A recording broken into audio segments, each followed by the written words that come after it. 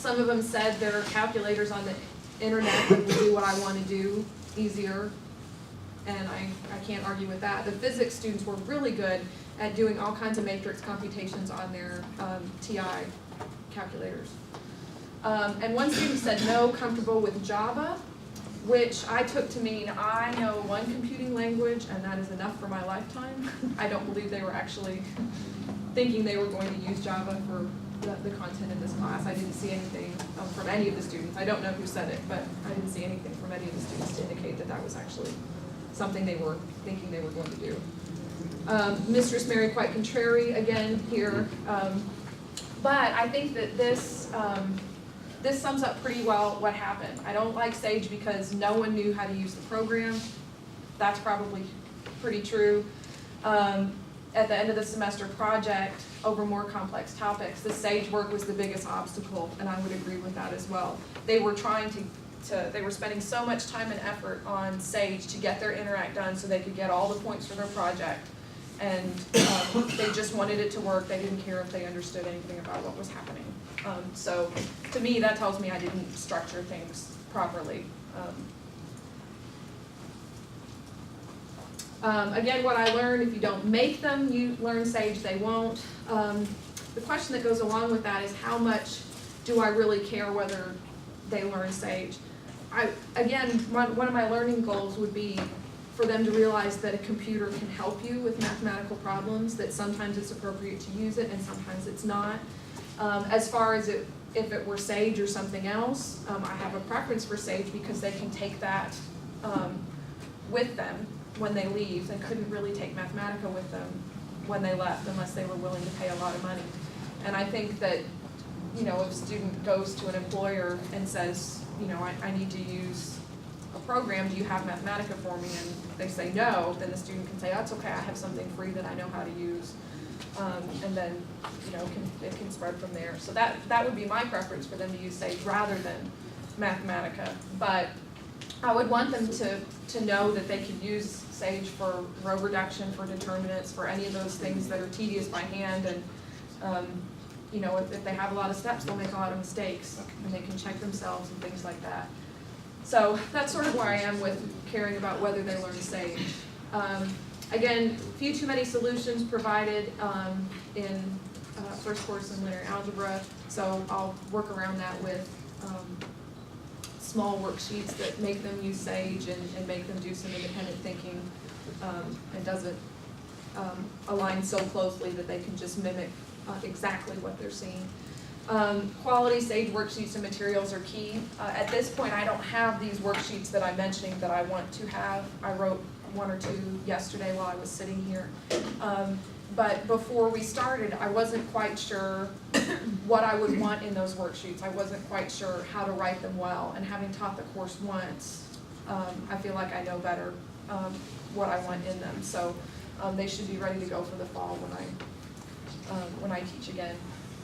Also, on the same note with the Sage materials, quality is key. Tom has spent a lot of time rewriting all of our calculus labs and making them work. You know, he goes through all of them and makes sure that they work. So he sends the instructors who aren't so familiar with Sage off with a good end result that they can use with the students.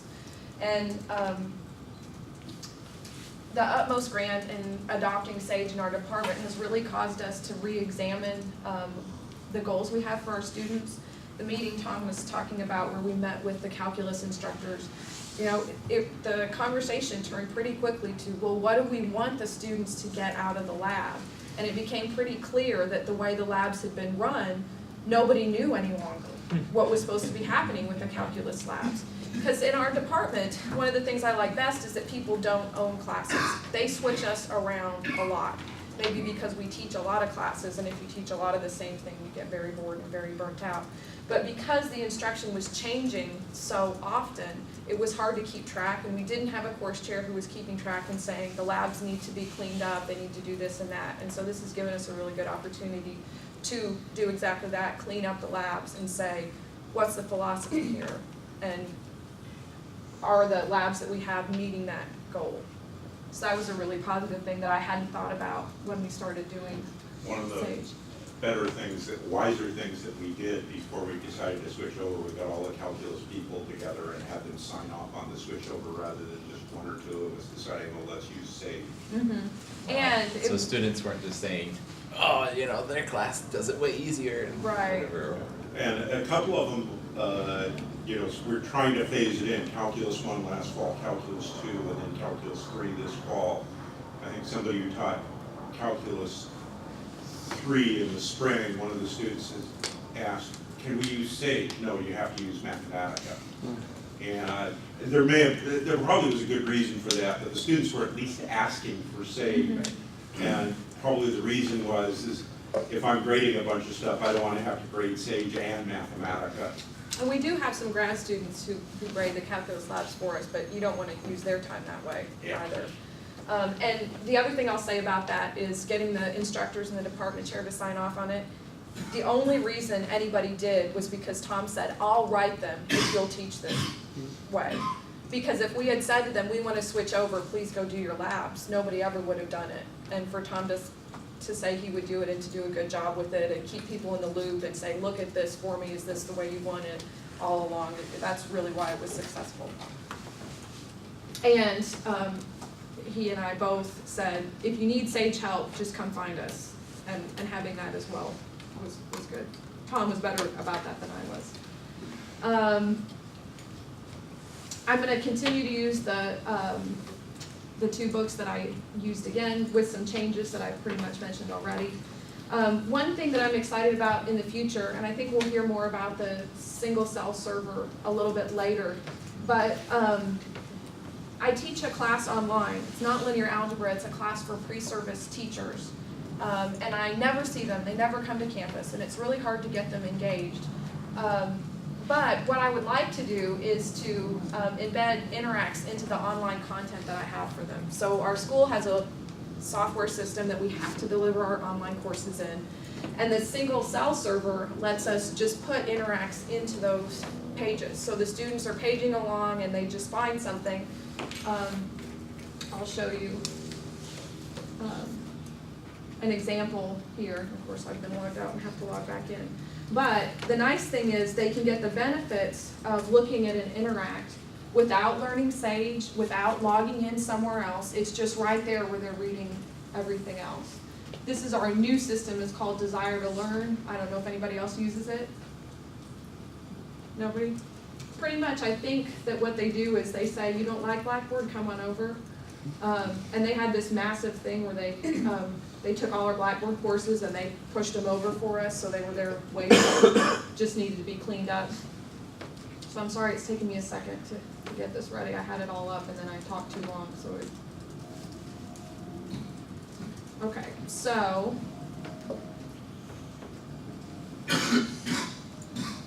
So it kind of works like a PowerPoint. The students are, going through and reading, and here's my stuff, and I'm reading it, and then I'll go to the next page, and I'll introduce an interact, click evaluate. This is not one I wrote, this is one from the wiki because this is so nice. But they can just play around with the sliders. It loads automatically, regenerates automatically. I did have a little trouble with the code that Jason helped me with. The HTML editor was automatically changing some things. So if you're interested in the workaround, we have Jason help with that. The other thing that you could do, which was a workaround we figured out without asking Jason, is to just put a link. So you're going to see this here. This is the code inside the learning management system. And this is just pointing to my faculty webpage where everything's loaded. No difference to the students whatsoever, just a difference in how we set it up. But I'm excited about that. And we've actually applied for an NSF grant to improve our online instruction materials. It's under the same umbrella as the Utmost project, but it's on the smaller scale. So this is a type 1 project rather than a type 2 project. But we're going to do things like put math jacks in the pages and do this kind of thing. Both of these I think are important. We have a lot of rural users who still dial up for their online classes, and they're They have satellite for internet sometimes, and their bandwidth is a huge problem for them. So, want to make sure that these pages will load nicely for them with whatever methods they're using, but we think that they will. Jason has a nice page. This is, yeah, there we go. You can find the link in here on the wiki, or maybe you'll put it up for us, Jason. I'll have it in my talk. Okay. That has all the code you need, and I'm not very well versed in HTML code, but I could look at what was here and read it and understand it and put the interacts in my pages the way that I wanted to. So it's nicely set up so that you can start using it even if you don't have a lot of experience. Did the same thing in Blackboard. I won't show you unless you really want to see it, and you can ask me outside, but works pretty much the same way. Here's some links. Again, they'll be in the slides that'll go up on the wiki a little bit later. So thank you for your time, and if you have any questions for me or Tom, I don't know if we have time for now. We'll take a little bit of time for questions. When your students worked with Interact, did they find the examples useful? Because I had this problem yesterday, that there is no like hello world, really basic chopped down example of I Interact. had some from the prep workshop Okay. that I showed them, but if I hadn't had them, I don't know how that would have gone. Because as I said, it didn't go great anyway, even though I had some basic ones to show them that you might not find on the wiki, but I'm sure you don't. In the prep workshop, we really tried to do that, we had a 1-hour lecture where we talked about, okay, starting from scratch, how would you design an interact? Okay. And I think Could you Tom's put gonna that work on under- the interacts today too, so maybe some people wanna get together and do that.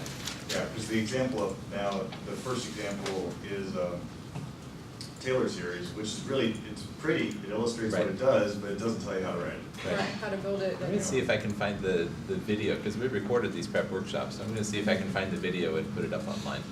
That would be good. Yeah, that would be good. I have a suggestion for making more linear algebra projects available.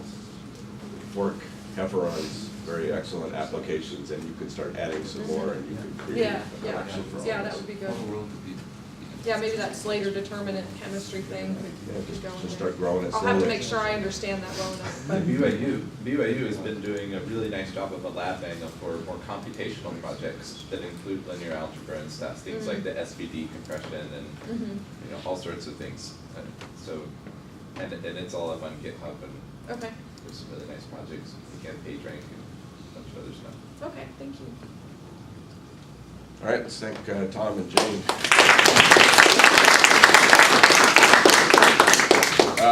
Couple of minutes to refresh your